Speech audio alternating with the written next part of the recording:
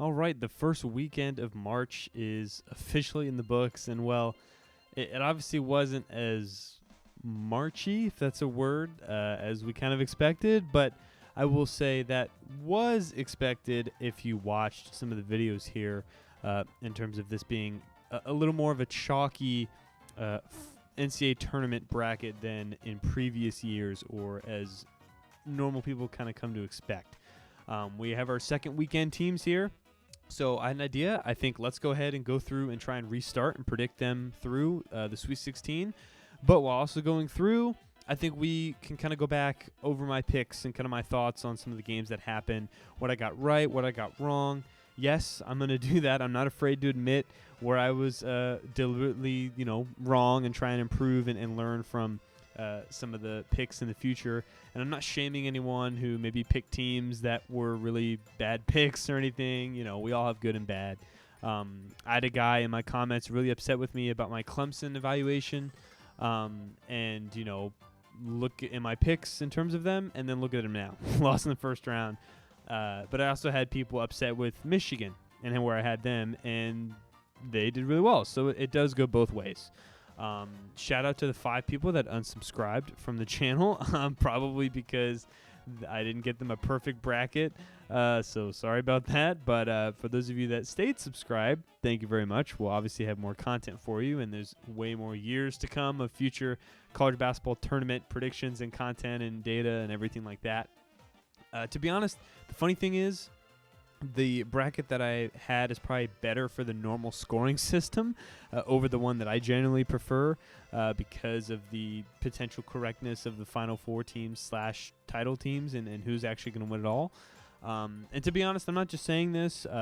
Unfortunately, obviously, my main bracket has been a little worse than normal, but it's still better for around like 60 to 65% of brackets just after the first weekend. But my second one is like in the top 10 to 5% of all pools on average. So that's not normally the case at all, but it happened to be kind of that way this year. Just a little certain stuff that I switched up. But I will go through kind of my main predictions, but I can mention the second one, obviously, if there was a difference here or there. And I'll kind of just go through the main kind of standout things that I had in my bracket or what I thought was going to happen. So, again, and I know there weren't a lot of upsets, obviously, but I think that still brings us for some great big-time matchups later on in the tournament, which is great. There's always going to be a positive here. You're either, if it's not as upset filled as you would like and a little chalky, that means some of the later on matchups are going to be amazing. So can't wait for all that stuff. But let's waste no more time. Let's get into the Sweet 16 predictions. All right, this is what the Sweet 16 is currently looking like. As you can see, only one double-digit seed, no mid-majors. A lot of that stuff hasn't happened in a long time. All the one seeds are here. Like I said, definitely, didn't promote having a 1 seed out before the Sweet 16, and there's only 1 2 seed that's gone, and we'll kind of get to them later because I definitely nailed that. But starting off with this first kind of area up here, Auburn. I did not buy into the kind of weekend 1 loss. I saw, I think Louisville was the one I saw the most, and it was a lot more than you would think of people picking Louisville to beat Auburn.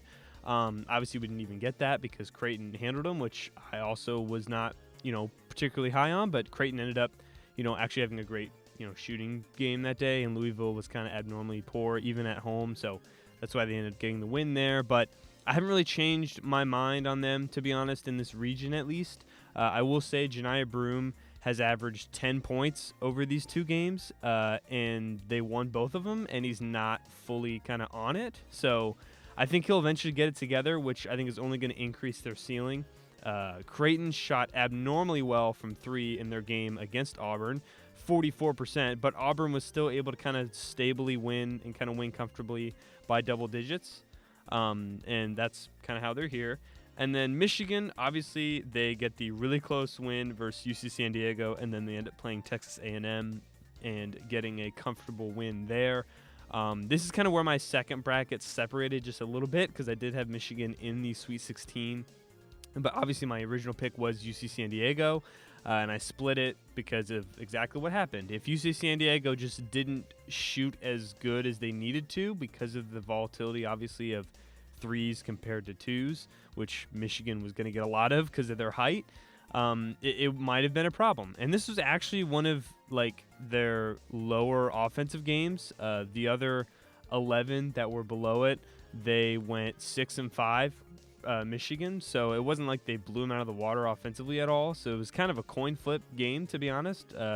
And at the end, I mean, you could have a takeaway and say, yeah, that kind of was the case. UC San Diego just didn't shoot good enough. It was their third worst offensive performance, the second lowest amount of threes they've made the entire season, and they only lost by 3 points and were leading with 2 minutes and 30 seconds left in the game.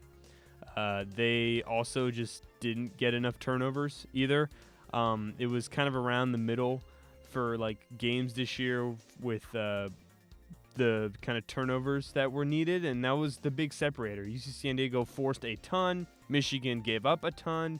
That was the big separator, and at the end, it was kind of they met slightly their averages, but it wasn't really like a major like, okay, this is the reason that they are going to win the game. Like, yeah, it was important, but they just didn't get enough. They didn't get enough for what you need to beat a Power 5 team, with that being such a big emphasis, turnover margin.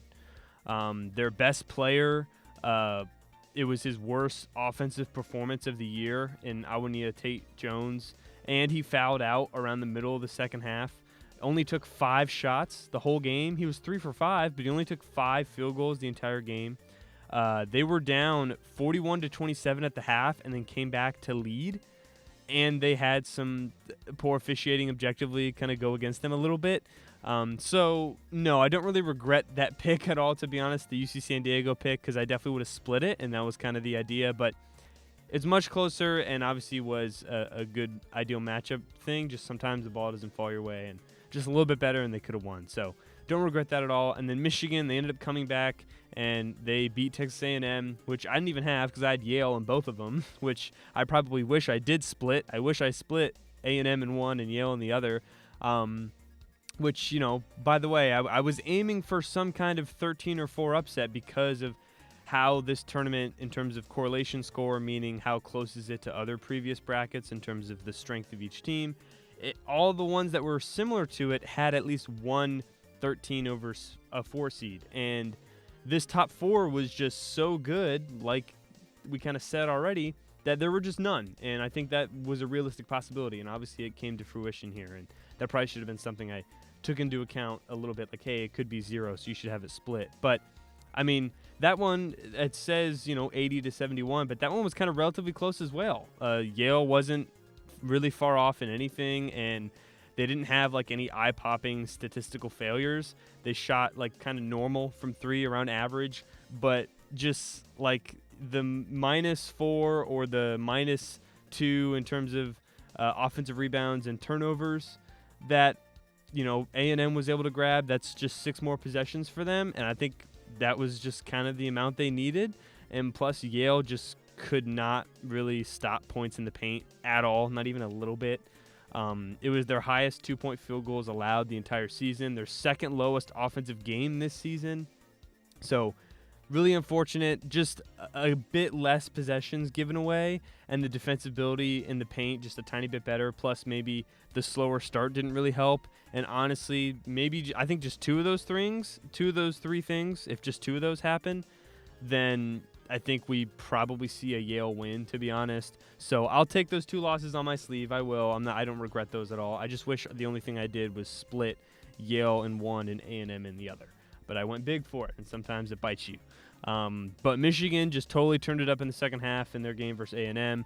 And I honestly expected the Michigan result. Maybe it's not exactly how I expected it to happen, but, because Texas A&M just thrives on offensive rebounding, you can't get a massive edge in that category versus Michigan with 2 7-footers. You just can't, even if they're not an amazing offensive rebounding team. They don't allow a lot. So that was kind of the thing there. And now we get to the actual matchup with Auburn and Michigan. I could dive a little deeper, and I still did, but I think it's kind of simple. Auburn is just on another level, I think, compared to what Michigan has played. Michigan's played really good offensive teams and defensive teams before. They've been around 50-50, but in those, which is not bad, but they haven't played one that's great on both sides of the ball. And Janiyah Broome, I think, in my opinion, is bound to have some kind of bounce-back game in this tournament. Now Auburn has lost to teams like Texas A&M before, and, I think in terms of this, Michigan is kind of just a better Creighton, to be honest. They just focus more on 2s than 3s, which is obviously a more reliable shot. Now, Creighton was abnormally well from 3, so you could view it as, hey, they're a better Creighton, so a 12-point, 10-point loss, like they could make it really close, or, it could just be the same. Either one, but, this is this third best 2-point defense that Auburn has faced. Of teams that are near that, they're 3-3, but the worst offense of the 3 was Tennessee, who is 17th. And Michigan is 34th. The path here, I'm not blindly saying put it all on Auburn, but in this case, I think I have to take them just because I don't believe the ceiling of Michigan is an Elite 8 team. But, there is a world where they just cannot get it going in the paint. And obviously, bad shooting nights here and there, you get those. But I think Auburn, just based on pure skill and talent, especially guard play, I think is going to make the difference here. For Auburn to beat Michigan. Ole Miss versus MSU. This is what I had in my official video, and then I second-guessed myself and changed it. But let's just pretend, since the majority think I did it, that I ended up picking this matchup here. Obviously with, Ole Miss and Michigan State. Let's just say that I did that. Ole Miss, they kind of seemed a little bit overrated going into the tournament, and now have dominated in their last 2 games. UNC was one of them, and then Iowa State was the other. Now, UNC, obviously their weakness was quad 1 wins, so that was easy to see. And Iowa State, I did a whole deep dive into kind of their lineup metrics, and then I didn't know this at the time, but then I found out that Tamian Lipsey was actually coming back, so it changed it a little bit. But the idea still stands that when Iowa State is missing one of its main starters, they're a completely different team. And that just 100% showed here. It did. And the idea of Chris Beard not losing in the first round definitely held up true.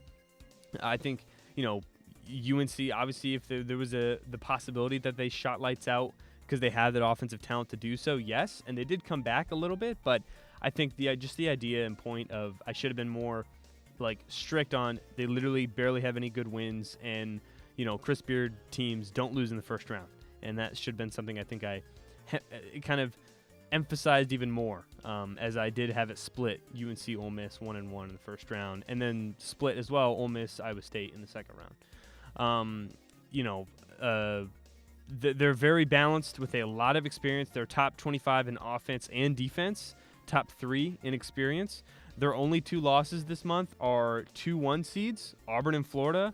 The Iowa State game was their best effective field goal percentage game of the season at 68%, which is crazy. They were 58% from 3. They had 11 of them most of the year that they've ever had. They're playing literally better than they ever have this season. UNC was a good kind of hold-on win where they didn't give it up, the lead or anything. And then Iowa State was just super impressive. Sean Padula has had 20 points in both games. It's the first time he's had back-to-back 20 bombs this season. He had 8 assists to 1 turnover versus Iowa State. I can't tell you how dominant they were against Iowa State. It was 91-78, but they just totally dominated. And they're coming in really hot versus the Michigan State team who, came back versus a very talented New Mexico team. Both teams have gone up at least +1 in their efficiency ratings after the first weekend. But obviously, Michigan State has not looked as impressive as Ole Miss. They just haven't. But they've been very true to who they are. Michigan State has. They came back, so they were down by a solid amount. They came back and won with their most dynamic scoring guard, Jace Richardson, going 1 for 10 against New Mexico. And as a team, they shot 26% from 3 and 68% from the free throw line, and they ended up winning. The defense is just for real with Michigan State. In that New Mexico game, both teams had 4 threes made. If you have the same amount of three-pointers made as Michigan State, you're probably not going to win. That's probably not something that's going to happen. This is just one of Izzo's best coaching jobs, in my opinion, honestly. This team is not as talented as the seed and kind of where they are, but they're just doing it based on pure coaching talent, scheme, merit, ability within each player to play within their role. Like, just great job. And he's now second all-time in tournament wins when trailing at the half. He's one behind Coach K with he has 13. Coach K has 14. Matchup-wise, I think this is why I think Michigan State had a great path to the Elite Eight. Because even with the stat of obviously unranked teams going into the season, so preseason unranked teams that finish 1 or 2 seeds, the last time they went to the Elite Eight was in 2010. The only poor matchup would have been a hypothetical really hot UNC team. Ole Miss is going to try and win with turnovers, and Michigan State's going to try and win with rebounding. So that's going to be where each team tries to gain possessions. But they both are going to try and take away the opposing team's best player. Well, when you kind of look at it here, it's kind of hard to know on any given night what player is going to be the best on Michigan State because they have so many. And Michigan State, Ole Miss does too, but Michigan State's just kind of objectively a better team defensively than Ole Miss, and they're both kind of similar in their game plan and kind of how they are as a team anyways. And Sean Padula's kind of probably going to be the big target there, and Michigan State showed that they can win in shooting woes as they did against New Mexico. Now, Ole Miss is analytically playing better than Michigan State for sure, and this could be a good sign if they are really a dominant group right now, or if it's just been the competition that they've played. Now, UNC, again, who can't get a quad one win. Iowa State without their best key starter. Now, in terms of Michigan State, they are objectively going to have to make their free throws at some point, at a good level. If they shoot in the 60s again, like they did, I don't know if they can win. I really don't. But I think objectively, I'm just going to go with the better, balanced, great coach team. They're similar. I'll just go with the better version. Even though they're not playing better right now, I think as a collective whole, they are, and I do think that Ole Miss has been a little bit, not lucky, but kind of taking advantage, obviously, of the lower, I'd say, just competition that they've had in the first 2 rounds. So I will end up going with Michigan State here, but I would not be surprised with an Ole Miss win. And if Ole Miss and Auburn play, that was a very close game recently, and Ole Miss has been kicking it, and Auburn is not. So is there a possibility Ole Miss makes the Final Four like that crazy? Yeah, it is, but I don't think I'm realistically going to pick that. And then we have Auburn and Michigan State there. We'll save all the Elite Eights for, we'll just go through the Sweet 16s and then the Elite Eight. Florida versus Maryland. This was the matchup I was really hoping for. Both got really close games there, but obviously Maryland's was kind of more so closer. My thoughts kind of on that final play with Maryland, I think it absolutely could have been a travel. I think anyone who says it, they don't see how it really could be is just wrong, because I think it could be called either way. And honestly, it was probably, if you had to put a percentage on it, more so a travel than it wasn't, in terms of the amount of times that if that exact play was replayed over and over again with maybe different refs or just in general, the percentage chance that was called a travel, it's probably above 50% that it is called a travel than it's not. So, objectively, there's more of an argument for it being a travel, but I'm very glad they didn't because it brought us, obviously, a great moment, and while it may be more so, obviously, a travel than not, I'm glad that they didn't call it. And Colorado State played awesome. Obviously, Lake had that crazy 3 it was just beautiful that just went in with a few seconds left, I think 7 seconds. They just got unlucky with the 4 seed they had to face. They did. And they were so hot shooting. I think if they were an 11 seed, they could be seeing an Elite 8 run in their own region. Hey, just unfortunate where you're seated. But I like this matchup, to be honest. This is the one I really, really wanted. And in the moment, I did pick Maryland for slight parity purposes, if not all 1 seeds being in the Final Four. But I think we can just take a look at it just objectively right now. The UConn game with Florida, That's why I was scared to pick Florida to win it all. That's why I didn't have them winning it all in either of my 2 brackets. That's the reason why. Because, I mean, objectively, going into the tournament, they have been the best out of all 1 seeds. But they're also, they're not really bad lows, but they have the lowest of lows compared to the other 1 seeds. And obviously with a young coach who hasn't had a ton of major tournament experience or success. Now, Maryland's head coach, Kevin Willard, hasn't either, but just for 1 seed purposes and winning it all. That kind of stuff. It was their 5th worst free throw shooting percentage game of the whole season. They went 2-2 in games that were worse, 2 wins, 2 losses, which UConn was top 10 in terms of the percentage of opposing teams' points that come from the free throw line. So that strategy just really worked, and it almost completely worked for them. Maryland, obviously they got in with a hot Colorado State team, but they held Colorado State to 5 for 21 from 3. Colorado State did not light it up from 3. They were 5 for 21, and they needed a game winner to win that game. So that's obviously a little concerning there. Offensively, they weren't bad. It was kind of around average for their Maryland's offensive efficiency. Now, where Florida obviously got close to a loss, but pulled away at the end, and the 2-point game was just kind of trying to claw back / technically, the end, he hit a 3, so it looks like a 1-possession game, but it really wasn't a 1-possession game. So 2 different losses there, I would say. But, I mean, Florida is going to go as far as they want to be honest, because I think it's really objectively, it's just all up to Florida. When they shoot above 37% from 3, they're literally undefeated. Maryland is 15th in 3-point defense. They're 3-1 versus teams they've faced that are better in terms of 3-point defense. Florida is. So they have faced teams that have a better 3-point defense than Maryland, and Florida has gone 3-1. However, Florida actually perform better when they don't take just a godly amount of threes, and when they aren't at the free throw line a lot. They just perform much better when they're more balanced and shooting kind of inside the arc as well.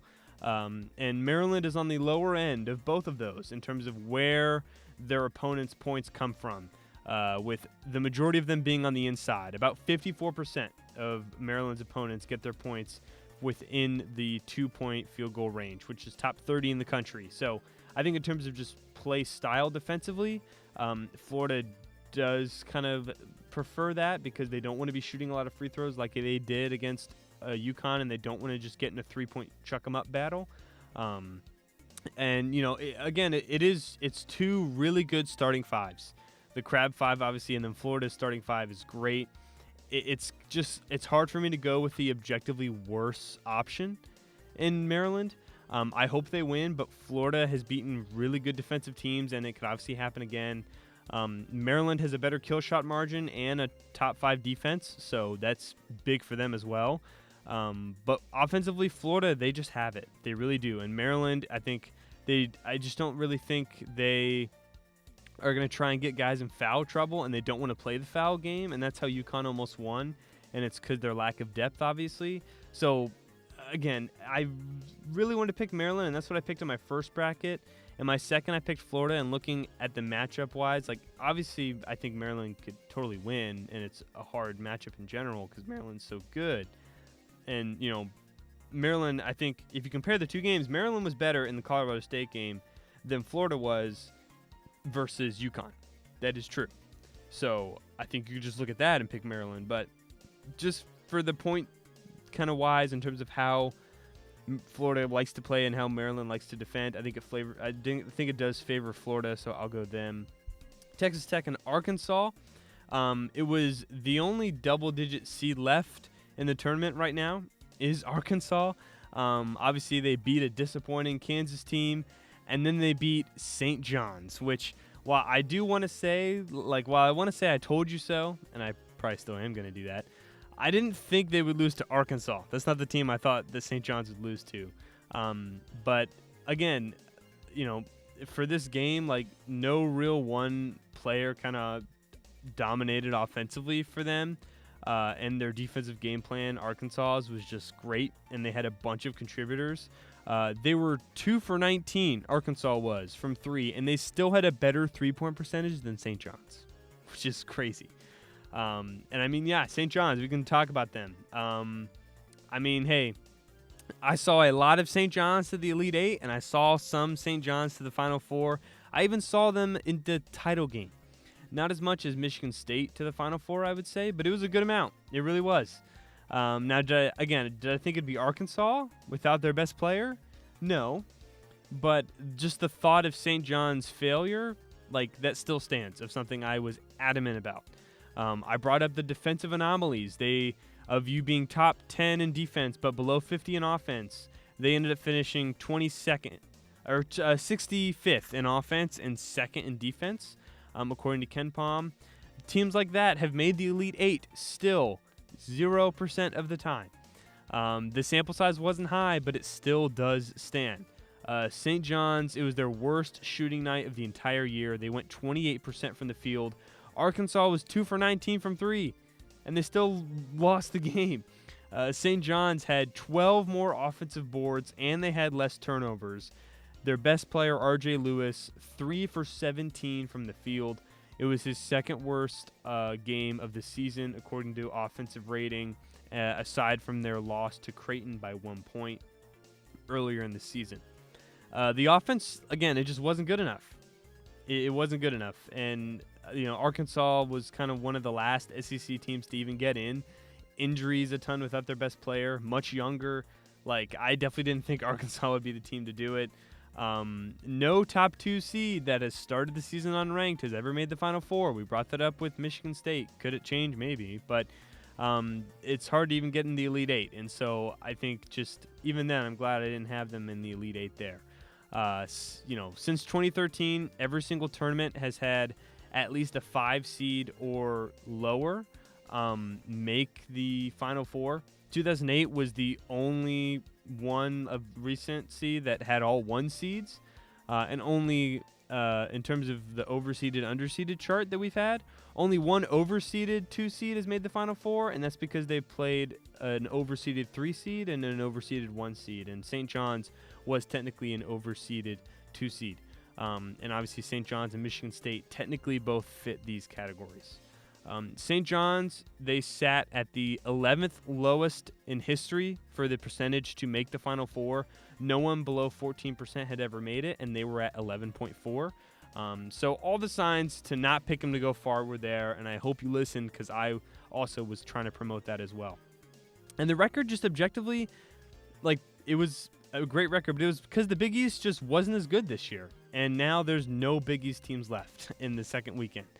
It's not as bad collectively as the ACC, but Duke, they did kind of show what they could do versus other non-con teams and non-conference is what I mean. And other, just them being one of the highest rated teams ever and dominating, they did what they should have versus a lower conference. St. John's, their best non-conference win was New Mexico, and they had a loss to Georgia on a neutral court. They were overrated, and the offense was not good enough, and we had that. So hopefully you listen there. But enough of them and enough of bragging about it. You got Texas Tech here, who took care of business without Chance McMillan in both games, their third best offensive player. I think this one's kind of easy, though. I think the quote-unquote run ends here for Arkansas because Texas Tech, and they're just on a completely different level, in my opinion, from St. John's offensively. And it really just seems more like it seems more like Arkansas caught St. John's on a poor day combined with a really good defensive game plan. But Arkansas can't beat the amount of offense that Texas Tech has. I don't think so. JT Toppin, Elijah Hawking, Darian Williams, Chance McMillan hopefully comes back. If Chance plays, it's a done deal. Now Arkansas does have Adu Thiero, who's coming back, but it's probably just not enough. They've played top 5 offenses before with even worse defenses than Texas Tech, like Bama, and they lost all of them. And Texas Tech is number 5. So, again, Texas Tech has had some downfalls, but I think this is pretty easy, and I believe in them. So we'll have them going to the Elite Eight there, which I did end up having in, I believe, both of my brackets. Then we have Duke versus Arizona. Duke has just been dominating. I mean, it's insane. They gave Baylor the worst tournament loss ever. Arizona had a great comeback versus Oregon. I ended up having Arizona obviously getting to this point, but not in this specific way. Caleb Love was awesome, and he's kind of the only reason they even have a chance in this game, I would say. He had 29 points, 9 boards. He is the Duke killer. Like, he's streaky, but he's a big game hunter, and Duke, he's kind of shown it. But even then, there's just no way. Like, just no way Duke loses this game. Like, they played them earlier. Arizona lost by double digits back in November, and now they're even better with more experience and continuity. So there's just no way Duke wins this game. BYU, Alabama, one of the more interesting games. This one I kind of wish I split on back then in terms of just looking at it. This is the region that was the most confusing to see in terms of just the bottom of this kind of East region. Obviously, BYU starting off, they beat VCU, which was such a disappointment for me. I'll take that one on the shin. I had them going very far in both of them. But I more so regret doubling down because I did really like both teams. I really liked VCU and BYU. I just wish I switched them in one. I would have had VCU objectively in my first one, but my second one, I wish I kind of played it a little better and just split them and just went BYU to make it this far in the other one. The interior just offense for BYU was just way too much. It was the second most 2-point field goals allowed in a game this year for VCU. Both of them were top 5 respectively. BYU in 2-point offense, VCU in 2-point defense.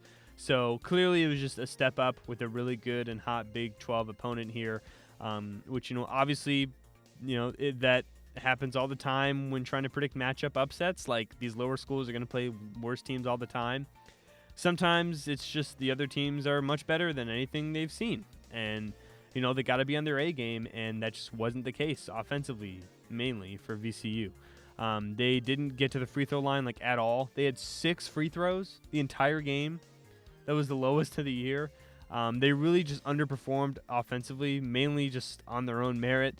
It was the second worst. It was the worst 2-point shooting game that they've had all year. And BYU isn't really like that defensively down low. So it was like VCU just was not making them down low and just not getting to the line. And they only lost by 9.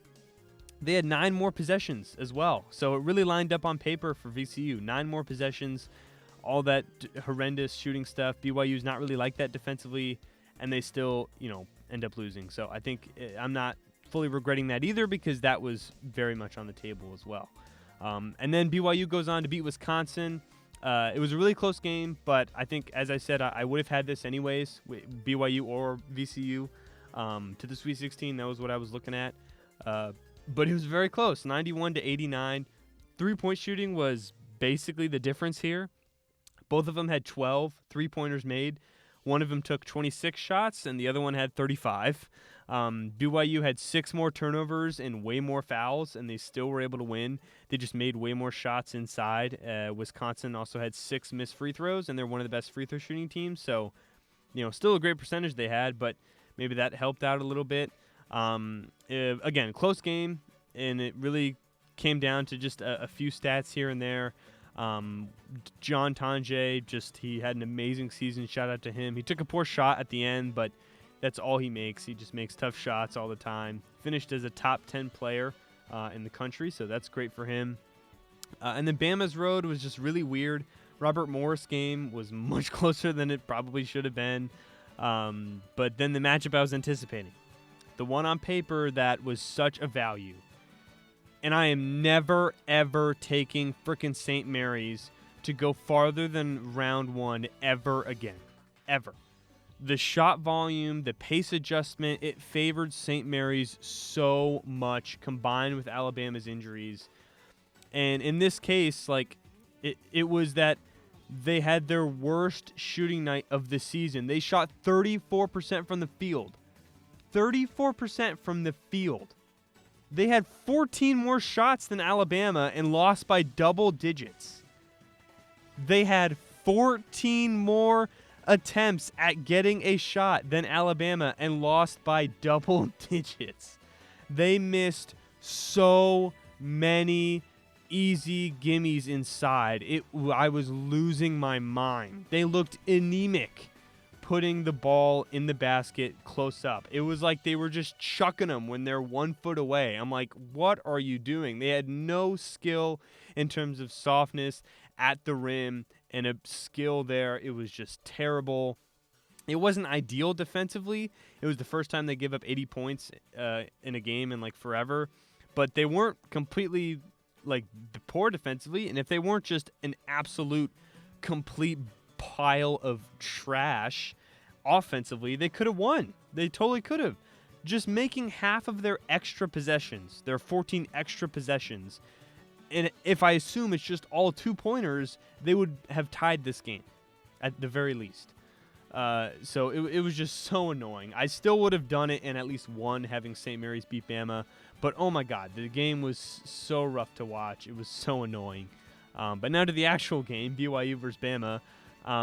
This is kind of very similar. Bama's very similar to Wisconsin. They don't really force turnovers at all, but it's going to be a total shootout. It's going to be fast-paced, chucking threes. This is the game you're going to want to just sit down and just watch and enjoy. It's going to be great. It's going to be on Thursday at 7. I can't wait to see this game just for how it is. They're both pretty similar in shot volume index. In terms of BYU, in terms of both of them being like poor, like not great in terms of that, getting extra possessions and everything.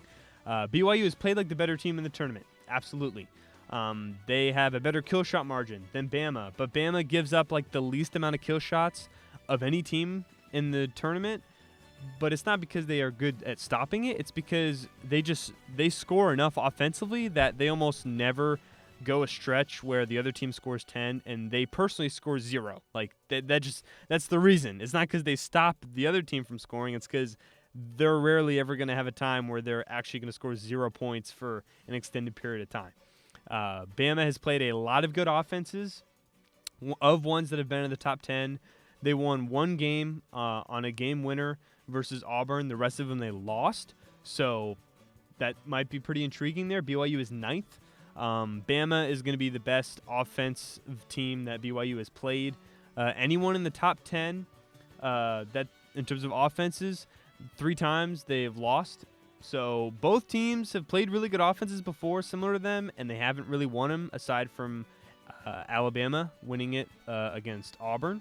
And BYU would be the worst defense that Bama has lost to if they lose this game. As much as I want to pick BYU, the recent games, like, they do kind of just tell me that it should be Bama. BYU can win the shootout, I think, but I think the defense might make the difference here, and BYU is just not good enough, in my opinion, with this Bama offense in terms of just defense on one side, offense on the other, like BYU's defense compared to Bama's defense.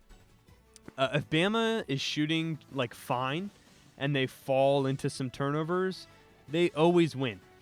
They're a combined 27-3 when the opponent has 9 more turnovers, or when the opponent has more than 9 turnovers, and if they shoot at least 32% from the field or from 3. So if Bama shoots 32% from 3, which is around average, and if BYU has 9 turnovers, Alabama is 27-3. BYU averages 12, and they have had 9 or less like 5 times on the year. And like we said, Wisconsin and Bama, similar defensively, and BYU had 10 turnovers in that game versus Wisconsin. And this is going to be a high-paced game again with many possessions, so more chances to turn over there. And like we said, similar to Wisconsin defensively, one is much better offensively, and that game was a 3-point game. So I really want to take BYU. I could totally see it happening. If I were to pick a bracket beforehand, I probably would go BYU, but kind of looking at it now a little more in-depth, I probably will go Alabama there. Then we have Houston versus Purdue. Both of these I think were expected, relatively at least, definitely for me. I was not fazed by the kind of Gonzaga scare for Houston. Yes, it was close, and it did come down to the wire, but they never led ever, and they kind of needed a 3 to tie as like their closest thing at the end with like a terrible possession. So the most they would have got was like a 3-point shot at the very end to tie the game. The lowest percentage chance in that specific game that Houston had at any point, like in terms of the lowest percentage chance they had to win that game at any point, was, around when they got within one, when there were 21 seconds left. But Houston did end up having the ball, and obviously they made free throws and then won the game. ESPN at that moment had it at 53% chance that Houston would win. KenPom had it at 84%. So one, I think, was a little more confident than the other, and I think I agree with KenPom there because they were a great free throw shooting team. They were 20 seconds, and they had the ball. Even if Gonzaga was down by one, Houston had the ball. So they would have had to miss, obviously, free throws, and they would have had to go down and score a three. I think Houston, while it was close, I think Houston they did obviously have it in the bag. I think this shows more of how good this Houston team is because I think Gonzaga, obviously they should have, if they were a 7 seed, Gonzaga, they probably should have been, let's say in St. Mary's position or something like that, they're going to the Elite Eight. I think that's the case. I think they would be doing that. So I think obviously a lot of other groups were really scared of Gonzaga, and I think a lot of people were, and that's why they didn't pick Houston. But now their percentage chance to make the Final Four, they had the lowest percentage Final Four chance of any 1 seed this season. Now, because of the Gonzaga game, they have the second best odds to win it all, with Duke being number 1. So big change there. They were 8 for 16 from 3. Best 3-point percentage versus Power 6 teams this year. It's why I picked him. It's Kelvin Sampson's best shooting team, and he's Kelvin Sampson. So obviously the defense is going to be on point. I do think it gives us maybe a little context because it was a close game, and they faced the 6th best offense Houston did in Gonzaga. The closest they'd face next would be Duke. Tennessee is 17th if they face them, and they're still good, but they've beaten teams like that. And Duke obviously would have the potential, issue there. LJ Cryer tied a season high with 30. He had 6 threes. Juwan Roberts seems like he's all good and healthy. The odds just increased a lot for Houston. They really did. And then Purdue, as expected, beat High Point. Just a poor matchup, like I said. And then they got McNeese after McNeese beat Clemson, and McNeese took care of business. Obviously, I should have had McNeese in one of them. I do regret doing that. I had Clemson in both, and then obviously losing the next round in both. But I was confident that they wouldn't make the second round. I had some people, weirdly enough, multiple people that I know that had Clemson in the Final Four or the Elite Eight. I was very shocked. I'm like, really? I feel like you're just looking at last year. They lost a really key glue guy. Like I said, there was a comment, I can't remember. I might be able to pull it up, but the guy they lost, he had some of their best lineups that Clemson has in terms of efficiency, and with him gone, that clearly was an issue. They did actually try and come back. Clemson did. They almost came back at the end, but it was just too little, too late. And then after that, McNeese ended up, getting blown out anyways, and Purdue took care of business. But in terms of this game, I just no way. If Houston loses, again, I think with, Purdue, it's a high floor seeded team, kind of like Duke, Arizona, but they just have to play a 1-seed juggernaut. Purdue is on the lower end in terms of possession length. They actually allow their opponents to have around 43% of their shots be threes, and that is probably not going to work against Houston. Houston has never lost to a team anywhere near these, kind of stats defensively as Purdue does. It'd be the worst defense they've lost to, and in the best offense and defense Purdue has beaten. So this would be a generational win for them, and a really poor loss in terms of, just how poor the defense is for Purdue if Houston loses. Again, going to take a generational performance for this to happen. But we're not predicting Purdue to win. There's just no way. So I'm telling you, Houston is this good. Houston will win. Kentucky, Tennessee, interesting matchup. Tennessee did what was expected. Went through, obviously, Sweet 16. I ended up changing my bracket. That one was kind of weird, the Kentucky kind of thing. I changed it to have Kentucky make it here in my second bracket, but not the first one because of injuries and because I did kind of like Xavier. And, again, we have some stats that you really follow a lot and everything, but, I mean, one of them, in terms of just looking back at the whole bracket, 12 out of the 13 previous tournaments, a first four team had won a first round matchup, and it didn't happen here. Carolina and Xavier didn't win. So some of those stats, they're not some of the stats that aren't directly related to play and just kind of molding your bracket. Sometimes they can be fluky. So that's something that didn't happen, and I ended up having Xavier be the team there because I thought they were going to do it.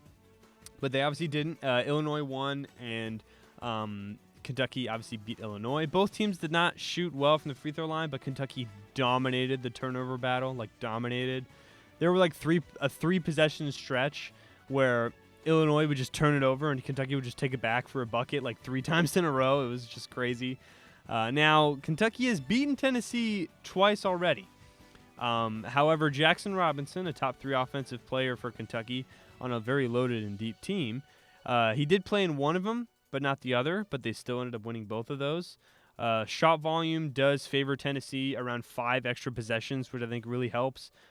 Kentucky was 12 for 24 in both games from the three-point land, which I think is obviously kind of much more above average for them. And Tennessee is the 3rd best three-point defense. So I think realistically they're just going to come back down to the mean here, especially that they aren't fully healthy. I just feel much safer about Tennessee. So I'll go Tennessee here. And then, look, all right. I know all the favorites here. I'm telling you, though, this is what it's looking like. This is, and I tried to dive in. This is kind of what I'm feeling, at least right now.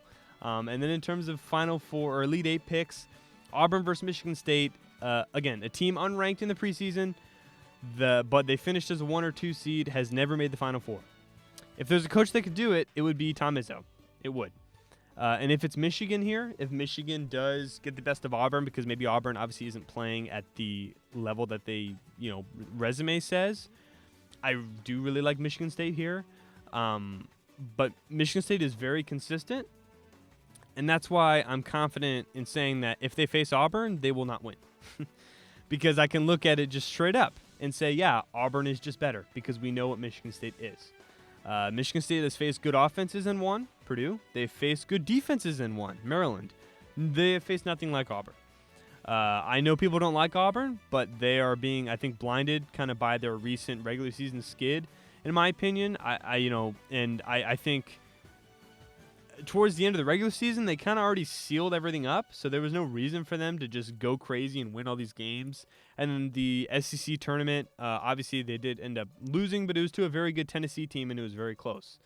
So again, I know they didn't dominate like Creighton or anything, but Creighton shot super well. They did, and they still lost by double digits. So I think I know they're not playing as good as you would expect, but I still think they're such a really good team. And Auburn, their only main loss that has been to a team that's been close to Michigan State was Texas A&M, as a team that's had a worse 3-point percentage. But Texas A&M is number 1 in offensive rebounding. The only close game that Auburn has had in terms of a team that shoots this poor, because Michigan State shoots pretty poor from 3, has been A&M, and they're the best offensive rebounding team. Michigan State is number 1 in 3-point defense, but Auburn doesn't rely on the 3, really. They are slightly above average to kind of normal in terms of the amount of threes taken per game by any team, Auburn, so they don't rely on it. I think Michigan has a better chance of beating Auburn than Michigan State, but if Michigan State and Michigan play each other, I like Michigan State. It's a little weird, but it does make sense, I promise. But I don't think this is very popular, but I'm going to go ahead and go Auburn here. Florida versus Texas Tech. Again, this is just based on Florida, really. They win and lose their own games, and it's why it's so hard to predict them. This matchup, I do think, favors Texas Tech a tiny bit.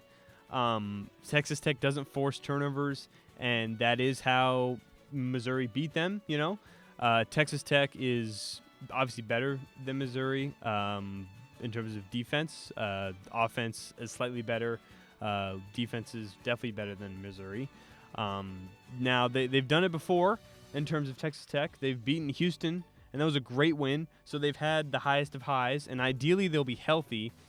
It is, though, just really hard to say, like, Florida's going to suck at any point, but I'm also, like, not betting on them to fully, like, make it, because I don't think it's a guarantee at all, because they are going to face two really good teams, and there's a world where they slip up, like UConn, but obviously with it being versus a much better team. If I had to pick one, I would go Florida, but for the sake of the video, I think I will probably go Texas Tech. I think just because, like, if it's Maryland here, Maryland, Texas Tech is very close. I might even have switched that to Texas Tech. And if Florida is here, I really believe in a very healthy Texas Tech team. I know they've had lows, but I think both of them have. And, you know, again, it's super hard. But I think for the purposes of here, I will go Texas Tech. And then you have Duke versus Bama. I don't care who's here. Duke's floor is the Final Four. That's their floor. The floor is the Final Four. Said that from the beginning. So they win that. And then Houston, Tennessee. Look, this is just a really poor kind of area for Tennessee to be in. They're a very safe Elite Eight team. But that's what it was from the beginning. And Houston is just better at what Tennessee does. And so I think Houston wins that matchup. And yeah, this is what it looks like. And honestly, if I'm like 100% trying to be safe and be like, okay, this is really diving in here, it could just be this. It could literally just be all one seeds. It could. This is the path we're on. I told you in my second bracket video I had this because I just didn't see why I shouldn't, because the gap here is just so big from these one seeds. And, you know, I think this is realistically what could happen. I will preview both of these because this is kind of the only one that I'm like, you know, just not sure about. Florida versus Texas Tech. We'll have kind of Florida here first. But this, you know, first game here, these are the only two, Auburn and Florida. These are the two one seeds that I'm not 100% confident in. And I'm honestly more confident in Auburn making the Final Four, which is weird. But it's because of their opponents. The only thing, I would change would be Texas Tech and Florida. Those kind of be the things I would think there. No matter if it's Florida or Maryland. And mainly because Chance McMillan should be healthy by then. I'll preview that scenario. But if it's Auburn versus Florida, this is a crazy hard game to pick. It might be easy for some people, but if you look into it, it really isn't. Now, they did play each other. Florida won 90-81. Florida is a bit better overall. They have the second best offense, 11th best defense. Auburn has the third best offense, 12th best defense. But both teams do take care of the ball and they grab offensive boards. Florida's better at the offensive rebounding. Auburn's better with the turnovers. So possessions are going to be huge here. Auburn's opponents take a lot of free throws. The percentage of kind of opponents' points that are free throws against Auburn are like near the top of the country. That was very similar to UConn. That was the key of how they almost were able to get in that game of Florida not taking advantage of free throws. You know, it realistically is just mainly on Florida. I'd prefer to see them in two more games, both of these teams, before I really pick this. And if it's these two, but if Auburn, you know, if Auburn plays better in these next two games, and they both do make the Final Four, I might pick them. But right now, Florida just does look better. Auburn and Florida are both 17th and 19th in efficiency so far for the first two rounds. Now, it's only two games, and their opponent, obviously, you know, the opponent, you know, means something, who you play. But, you know, this is kind of the side with the most variability, this kind of left side right here. You know, Michigan State, Texas Tech, Maryland. I think Ole Miss. I mean, Ole Miss is literally third in the tournament so far behind Houston and Duke in terms of just efficiency over the first two rounds. Again, I think it depends on your opponent. But here, like, it's hard. If it's this scenario, I think I just really want to see Auburn, like, finally, like, turn it around in terms of show the dominance these next two games versus Michigan and then presumably Michigan State. And again, I think it's their path that helps them out get this one seed. But if they play based on how it is right now, I think Auburn's more likely to make it. So if you want to have like specific bets in terms of making it, you could do Auburn. But Florida is better, at least right now, and they have a better chance if both of these two teams play of winning it. So I will just, for this scenario, go Florida here. And then Houston-Duke, look, this is the Final Four matchup this is an ideal Final Four matchup. This is just great. But, it is just, at this point, it is so hard to pick against Duke. It really is. Again, I want to see these next two games, specifically Houston versus Tennessee. But at this moment, it just seems crazy to pick against them now that Cooper Flag is fine. They're an insane offensive team, of which Houston has lost to any team in the top 5 offense. And I think the winner of this game, to be honest, I think they win it all. I think the winner of this game wins it all. I would have, not again, but yes, I would have Florida as the number 3 pick to win it all. I think Duke and Houston are 1 and 2, and I think Florida is 3, and I'm confident in saying that, especially considering how safe Duke and Houston make me feel in terms of just them getting to the title game. I wouldn't bet on Florida or Auburn to be for sure Final Four teams. I would, though, for Duke and Houston. I would do that. I think the odds of obviously all of these being 1 seeds in the Final Four are low. But if it were to be any year, it would be this year. It's probably this one if it were to be any year. If I do a slightly different one, like I said, the only other one I really would realistically do would be this, with Texas Tech doing it.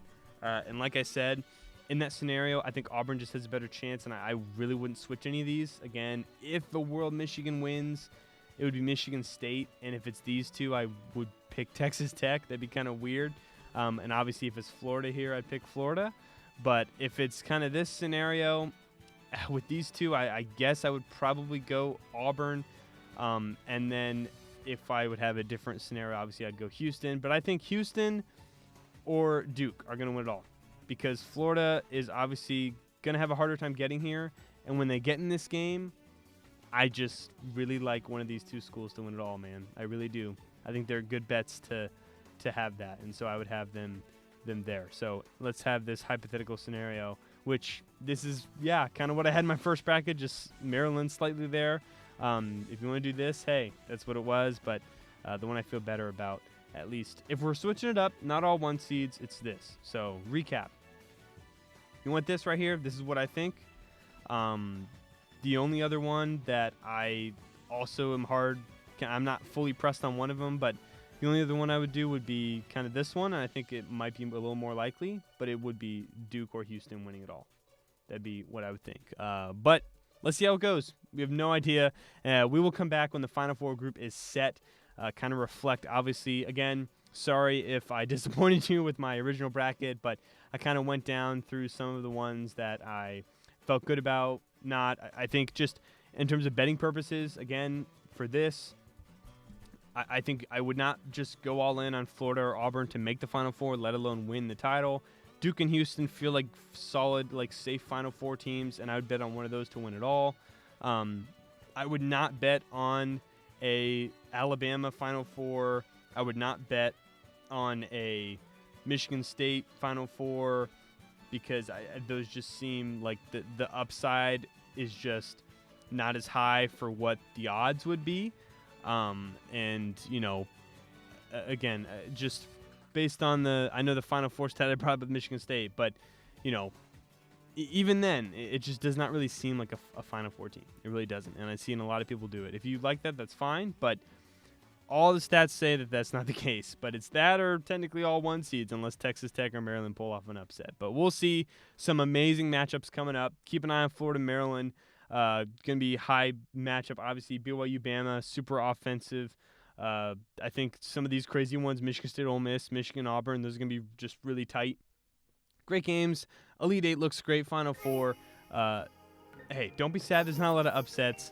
We got some great matchups coming in soon. So, as always, I hope you enjoyed. Stay smart, stay sharp, and I will see you guys later. Peace.